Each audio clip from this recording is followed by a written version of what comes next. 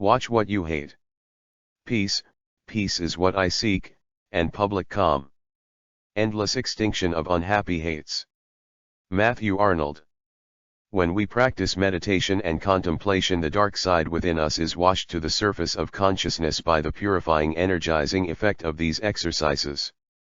The ability to deal with these emerging dark impulses is a basic skill which must be mastered by every practitioner. William Carl Eichman, in Meeting the Shadow, the hidden power of the dark side of human nature. Most of us would agree that there is too much hate in the world. We can identify the big-time haters, the racists, the fascists, the killers, the abusers. We look scornfully upon these others who seem to value hate and who are driven to evil because of it. Those of us who value love and who want to be good people are repelled by the haters and their evil ways. Perhaps we even hate them. Hating hate, we may cover over our hateful thoughts and feelings with the blanket of unconsciousness, so that we can go on perceiving ourselves as good and loving people. Here is danger. When our hate lives in us unconsciously, we may act it out without awareness and in contradiction to our conscious intention. This is how we sometimes hurt the ones we love. When we fall in love, we don't so much find a perfect person as focus on the perfect in the beloved. The future mate has flaws, but we tend to overlook them. In time, the glow of courtship is likely to fade and the flaws become more noticeable. Perhaps we marry and find ourselves giving up relationships and activities that used to give us pleasure. The marriage brings obligations we might gladly give up, but can't, and then there are the inevitable conflicts that arise in any close relationship.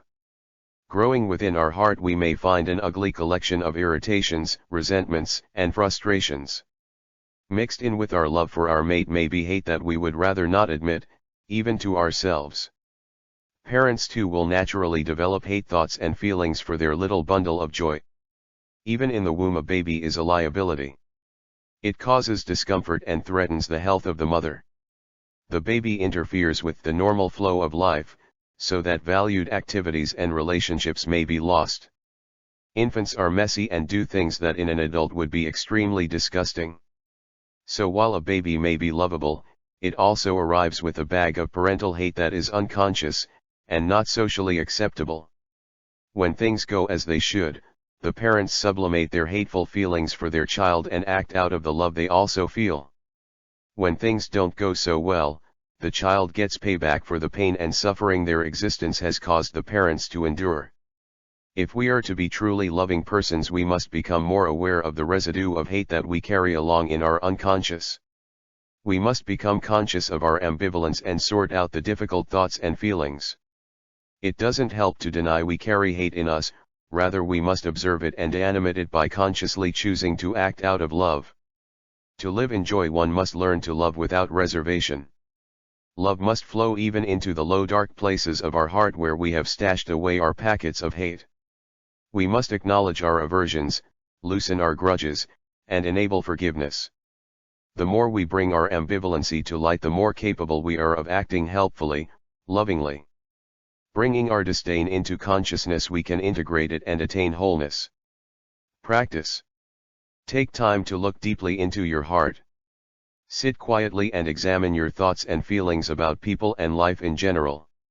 Notice the mix of attractions and aversions in your thoughts and feelings. Focus your attention on the aversions. How do you cling to hateful thoughts and feelings? Try to be objective. Don't get lost in the feelings, but examine them as if they belong to a friend. Acknowledge that it is natural to have negative feelings even for people you love very deeply. Remind yourself that as you are imperfect, so are they imperfect. Seek to forgive yourself for harboring hate in your heart. Seek to forgive those that you have burdened yourself to hate.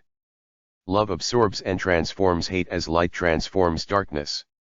Let the love in you shine into the darkness of your hurts and resentments. Let love illuminate the shadows of your animosity.